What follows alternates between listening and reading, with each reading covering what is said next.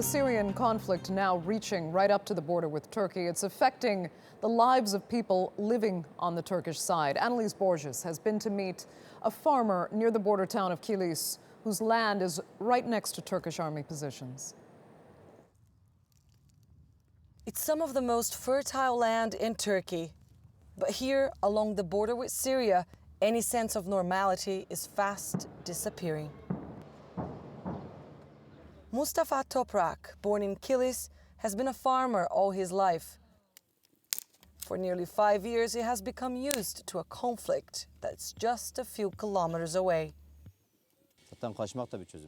Escaping is not a solution. We will wait and see and do what the state tells us to do. Everyone thinks about their family. We have to be honest, but as for myself, if I'm asked to stay and fight for my country, I will do that.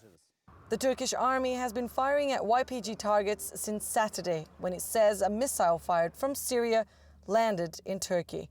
The YPG is the Syrian branch of the PKK. In Turkish armor, hotwisers are being fired just 2 kilometers from Mustafa's farm. This is the base from where Turkish forces have been shelling YPG targets in northern Syria.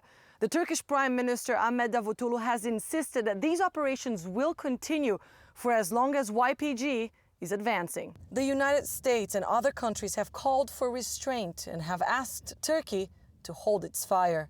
President Recep Tayyip Erdogan insists, though, that Turkey's military action is self-defense.